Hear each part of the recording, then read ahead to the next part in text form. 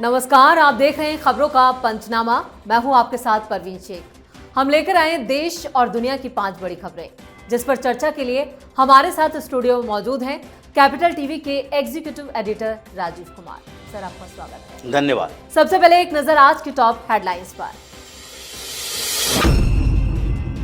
America Venezuela तनाव में PM Modi की एंट्री। वेनेजुएला की कार्यवाहक राष्ट्रपति डेल्सी रॉड्रिग्स और प्रधानमंत्री मोदी ने द्विपक्षीय साझेदारी पर जताई सहमति। महाराष्ट्र की राजनीति में नया मोड़। सुनेत्रा पवार ने ली डिप्टी सीएम पद की शपथ। महाराष्ट्र की पहली महिला डिप्टी सीएम बनी सुनेत्रा पवार। अमित शाह का ममता पर बड़ा वार। उत्तर 24 परगना में बीजेपी कार्यकर्ता सम्मेलन में बोले, बंगाल में मां माटी मानुष सुरक्षित नहीं, जनता करेगी बदलाव। कल वित्त मंत्री निर्मला सीतारमण अपना नौवां बजट करेंगी पेश। आम आदमी से लेकर कारोबारी जगत की नजर। कांग्रेस ने उठाए सवाल, आंकड़ों में संशोधन की दी चेतावनी। ईरान पर डबल अटैक की तैयारी में अमेरिका। राष्ट्रपति डोनाल्ड ट्रंप ने $6 अरब के हाईटेक हथियार इजराइल को पहुंचाए। खबरों में सबसे पहले बात वेनेजुएला के साथ बड़े समझौतों की। अमेरिका वेनेजुएला तनाव में पीएम मोदी की एंट्री हो चुकी है। प्रधानमंत्री नरेंद्र मोदी ने वेनेजुएला की कार्यवाहक राष्ट्रपति से फोन पर लंबी बातचीत की। खुद पीएम मोदी ने सोशल मीडिया पर पोस्ट करके इसकी जानकारी दी। वेनेजुएला की कार्यवाहक राष्ट्रपति से फोन पर पीएम मोदी की बातचीत को अमेरिकी राष्ट्रपति ट्रंप के लिए एक कड़ा संदेश माना जा रहा है। इस बातचीत को लेकर भारतीय विदेश मंत्रालय ने कहा कि दोनों देशों के बीच पारस्परिक हित और वैश्विक मुद्दों पर चर्चा की गई। इसके साथ ही द्विपक्षीय साझेदारी पर सहमति बनी। प्रधानमंत्री नरेंद्र मोदी और डेल्सी रॉड्रिग्स ने व्यापार, निवेश, ऊर्जा, डिजिटल और स्वास्थ्य, कृषि सहित कई क्षेत्रों में द्विपक्षीय साझेदारी की ओर मजबूत सहमति जताई है। राजीव सर, वेनेजुएला की कार्यवाहक राष्ट्रपति और पीएम मोदी के बीच जो ये साझेदारी हुई है, उसका क्या संकेत? देखिए, वेनेजुएला से फोन आता है प्रधानमंत्री मोदी को और ये स्टेबिलिटी आने के समय आता है। मतलब वेनेजुएला में पटरी पे अर्थव्यवस्था जाने लगी है। डोनाल्ड ट्रंप पहले बड़े बड़े दावे कर रहे थे, लेकिन सिर्फ दावों में धीरे धीरे कमजोर होती हुई दिखाई पड़ी अमेरिका।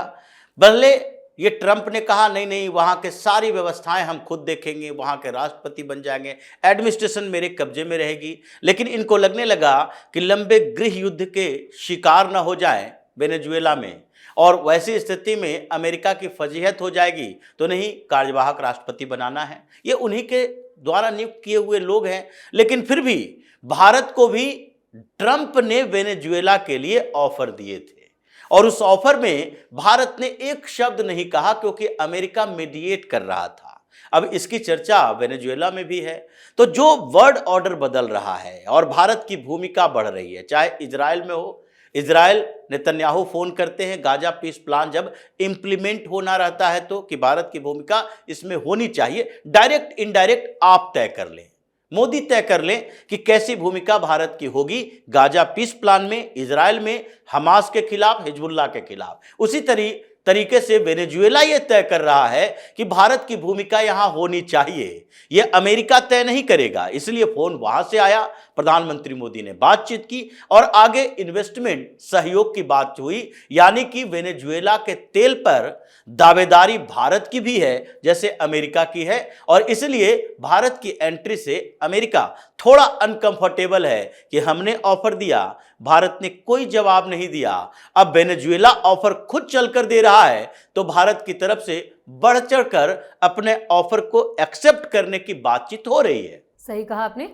और खबरों में अब बात महाराष्ट्र की सियासत में बड़े बदलाव की। दिवंगत अजीत पवार की पत्नी सुनेत्रा पवार ने आज महाराष्ट्र के डिप्टी सीएम पद की शपथ ली। राज्यपाल देवव्रत ने सुनेत्रा पवार को डिप्टी सीएम पद की शपथ दिलाई। लोक भवन में आयोजित समारोह के दौरान राज्यपाल ने उन्हें गोपनीयता की ये शपथ दिलाई। अपने पति और पूर्व उप मुख्यमंत्री दिवंगत अजीत पवार की राजनीतिक विरासत को अब आगे बढ़ाते हुए सुनेत्रा पवार ने न सिर्फ सत्ता की कमान संभाली है, इसके साथ ही वो महाराष्ट्र की पहली महिला उप मुख्यमंत्री बन गई हैं। शपथ ग्रहण में सीएम देवेंद्र फडणवीस और डिप्टी सीएम एकनाथ शिंदे भी शामिल हुए। इससे पहले सुनेत्रा पवार को एनसीपी की विधायक दल की नेता चुना गया।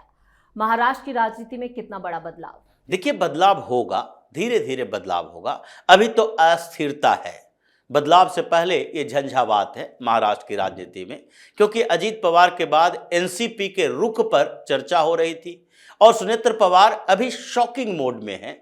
लेकिन उन्हें कहा गया कि कम से कम ये काम कर लेते हैं कि विपक्ष को ये मैसेज जाए, लोगों तक ये बात पहुंचे कि नहीं, अजीत पवार के जाने के बाद भी एनसीपी अभी एनडीए का हिस्सा, महायुति का हिस्सा है, सरकार का हिस्सा है और आगे भी सरकार का हिस्सा बनी रहेगी।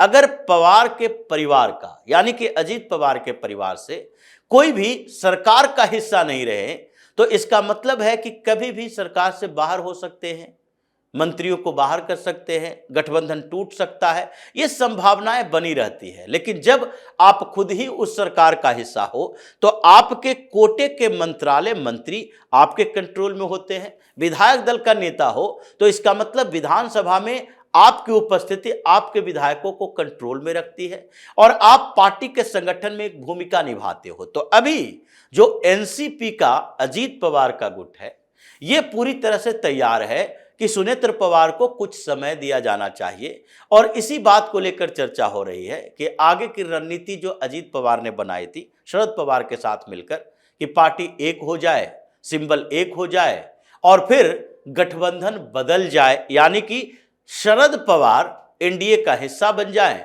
ये सारी योजनाओं पर आगे कुछ दिन के लिए विराम लग गया है कि सुनेत्र पवार को सेट होने देते हैं, उसके बाद उसके ऊपर फैसला होगा। लेकिन ये तो लोगों को बताना पड़ेगा कि डिप्टी सीएम के तौर पर सुनेत्र पवार पार्टी में भी, संगठन में भी और साथ ही सरकार में भी शामिल हो चुकी है। जी, खबरों में आगे का रुख करते हैं।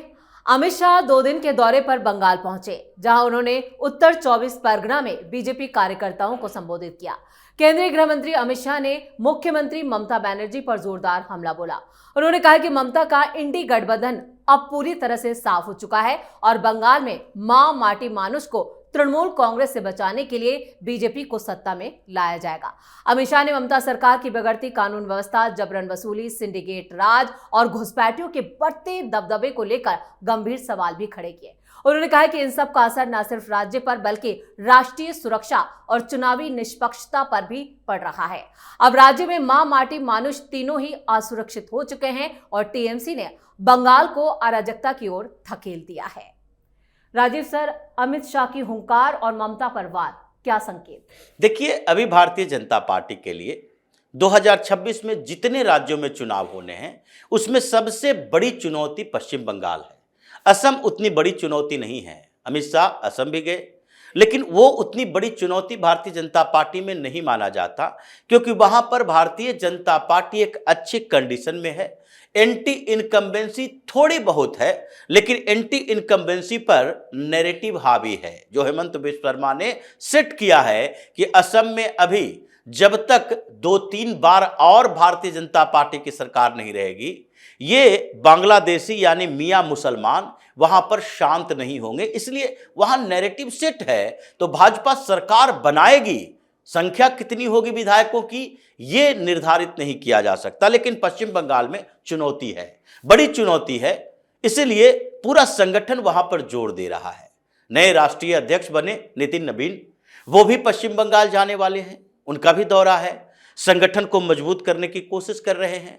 वहां पर दिल्ली के नेताओं को भी भेजा जा रहा है। अभी वासुदेव स्वराज को भी पश्चिम बंगाल भेजा गया है। नए दिल्ली के कुछ मंत्रियों को भी पश्चिम बंगाल की ड्यूटी पर लगाया गया। केंद्रीय मंत्रियों को भी अलग अलग क्षेत्र बांटे गए हैं और संगठन में काम करने वाले नेताओं को भी वहां पश्चिम बंगाल भेजा जा रहा है। पश्चिम बंगाल के सारे सांसद भारतीय जनता पार्टी के, उनको कुछ कुछ क्षेत्रों की, अपने क्षेत्र के अलावा भी जिम्मेदारी दी जा रही है। और ये अमित शाह जो संगठन को लीड कर रहे हैं, पश्चिम बंगाल पर ज्यादा ध्यान है। उस चुनौती का सामना करने के लिए अब नैरेटिव की लड़ाई में आगे बढ़ने की कोशिश कर रहे हैं कि कैसे टीएमसी ने जो पश्चिम बंगाल के अंदर मुसलमानों के साथ साथ एक बंगला कार्ड खेला है, उस नैरेटिव को हमें ध्वस्त करना है कि टीएमसी का मतलब पश्चिम बंगाल नहीं होता, बल्कि पश्चिम बंगाल का मतलब अच्छे शासन व्यवस्था होती है, जो भारतीय जनता पार्टी की सरकार बनने के बाद सुनिश्चित हो पाएगी। खबरों में अब बात बजट सत्र की। 1 फरवरी यानी कल वित्त मंत्री निर्मला सीतारमण बजट पेश करेंगे। ये उनका लगातार रिकॉर्ड 9वां बजट होगा। बजट पर आम लोगों से लेकर बिजनेस जगत की निगाहें टिकी हैं। इस बार हेल्थ केयर सेक्टर में सरकारी खर्च बढ़ाने और डिफेंस में स्वदेशी उत्पादन को बढ़ावा देने और इंफ्रास्ट्रक्चर प्रोजेक्ट्स को नई रफ्तार देने की उम्मीद की जा रही है। वहीं विपक्ष, खासतौर से कांग्रेस ने अभी से इस पर सवाल उठा दिए हैं। कांग्रेस नेता जयराम रमेश ने सरकार पर नीतिगत समन्वय की कमी का आरोप लगाते हुए 2026 के बजट पर सवाल उठाए। पार्टी का कहना है कि बजट पेश होने के तुरंत बाद नए जीडीपी और सीपीआई के जो आंकड़े जारी होंगे, इससे बजट के आंकड़ों में संशोधन की जरूरत पड़ सकती है, जिससे साफ है कि इस बार का बजट सत्र काफी हंगामेदार होने वाला है। कल बजट पेश होगा, लेकिन जिस तरह से सरकार की जो बजट पर कांग्रेस ने सवाल उठाए हैं, क्या वो किसी बड़े हंगामे की तरफ इशारा कर रहा है? देखिए, कांग्रेस हंगामा करेगी और करती रही है, इसमें कोई दो राय नहीं है कि कांग्रेस सही सवाल उठाए, इस पर शक होता है। आप बजट पे परिचर्चा करो, बजट में कमियां गिनाओ, ये आपका अधिकार है विपक्ष में होने की तरह। अगर विपक्ष में बैठी हुई कोई पार्टी है तो उसे गवर्नमेंट इन वेटिंग कहते हैं, मतलब आगे आने वाले समय में आप सरकार में शामिल होंगे। तो सरकार में जब शामिल होंगे तो आपके पास भी वो स्पेशलिटी होनी चाहिए, 1-to-1 मार्किंग।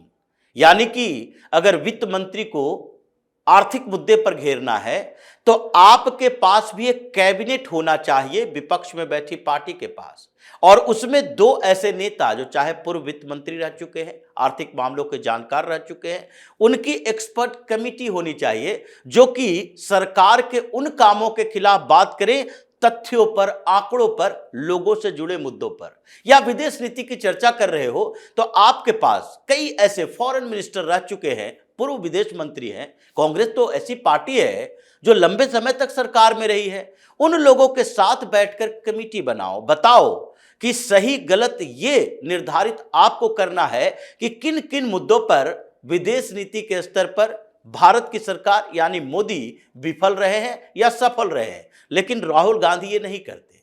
राहुल गांधी आर्थिक विशेषज्ञ भी बन जाते हैं, विदेशी मामलों के विशेषज्ञ भी बन जाते हैं, सामाजिक आंदोलनकारी भी बन जाते हैं, मजदूरों की समस्या के लिए खड़गे के साथ मिलकर ये फावड़ा लेकर फोटो भी खिंचवा लेते हैं। तो सारे सर्वज्ञ बनने की कोशिश करोगे तो हर मुद्दों पर पिछड़ जाओगे। यही कांग्रेस की नियति अभी बन गई है, इसीलिए केवल प्रोटेस्ट करना इनकी राजनीति का नया एजेंडा साबित हो चुका है। जी, खबरों के आखिर में बात अमेरिका इजराइल हथियार डील की।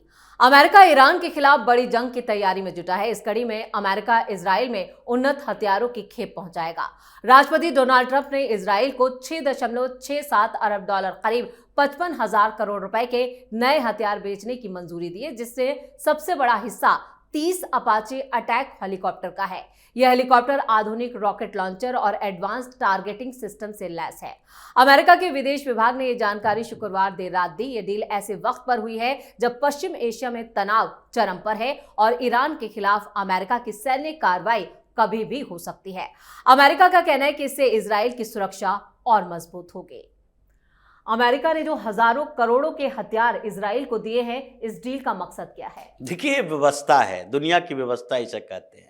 जैसे ग्रामीण क्षेत्रों में एक व्यवस्था होती है, गांव का एक सबसे मजबूत व्यक्ति जमींदार हो या फिर वहां का कोई महाजन हो, ये इस पर निर्भर करता है कि वो हमेशा चाहेगा गांव में संघर्ष की स्थिति हो, एक दूसरे से झगड़ा करे, उसके दरवाजे पर आए और उसको फायदा हो। महाजन होगा तो उसके पास पैसा लेने जाएंगे, वो सूद लेगा, उसका इंटरेस्ट पर पैसे देगा। यही व्यवस्था पूरी दुनिया में अभी भी चल रही है, जिसमें अमेरिका उस महाजन की तरह है, अमेरिका उस जमींदार की तरह है और वो चाहता है कि दुनिया के अलग अलग हिस्सों में कॉन्फ्लिक्ट चलता रहे।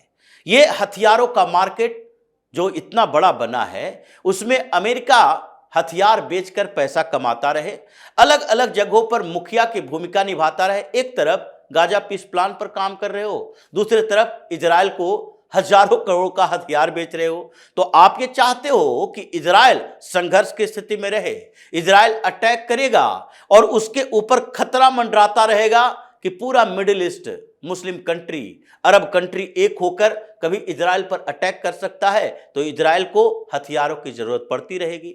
भारत पाकिस्तान के बीच संघर्ष करवाते रहो, भारत कहीं और से खरीदेगा, पाकिस्तान भी आपके साथ जाएगा। भारत भी अमेरिका से हथियार खरीदता रहा है और इसलिए ये अलग अलग हिस्सों में कन्फ्लिक्ट पैदा करता है, चाहे साउथ अमेरिका में ही क्यों ना हो। डरा के रखो, डर के साथ हथियार का मार्केट बढ़ेगा और अमेरिका की यही पॉलिसी अभी भी है।